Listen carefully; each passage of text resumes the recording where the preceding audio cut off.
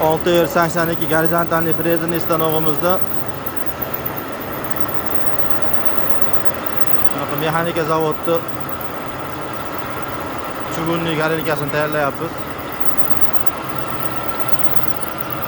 Pоворotli stolda sivurlobka ishlari davom etyapti mana. Tugagandan keyin ular ishlarini olsak, galelikamiz ham tayyor bo'ladi. Frezerovchigimiz Muhammad Rizo avjida mana.